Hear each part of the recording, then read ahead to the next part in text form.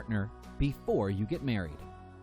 Buying property is often associated with the concept of marriage, and the idea of purchasing anything as a couple when not married is foreign to many people. Marriage ties the knot in the eyes of the government and in a variety of other ways too, but for many, it is this step that precedes purchasing property and a home together. However, many people are getting married later these days, and many are living together prior to marriage. The prospect of purchasing a home can be enticing even to those who have not officially gotten married.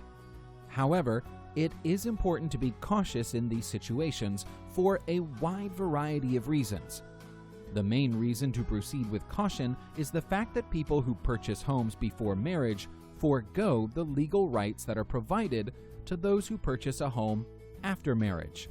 There are certain guidelines and rules within the laws of many countries that can help couples who call off their marriage after purchasing a home, property, or anything of value while married.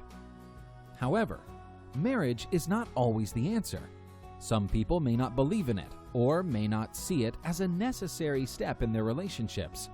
That's all well and good, but there are some important steps to take when looking to an unmarried future and owning a home with your partner.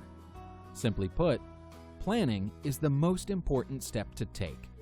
Planning how to pay for the home is the first step, and choosing the percentage of ownership each partner will retain.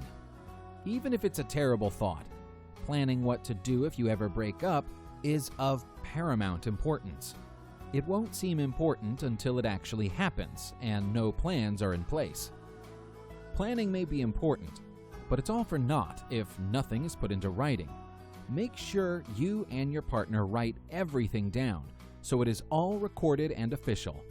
Having the answers in your heads isn't much good when the situation becomes legal in nature.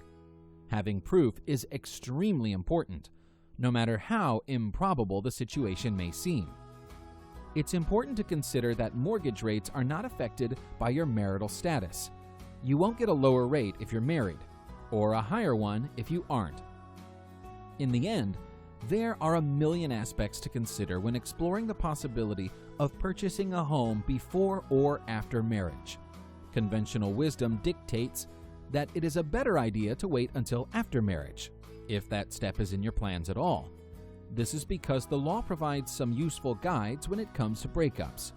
This may be hard to talk about or even think about, but it's the case nonetheless. If you do plan to purchase a home before getting married, make sure communication is at the forefront of the decision.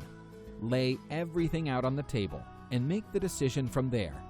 Purchasing a home before marriage is right for some couples and wrong for others.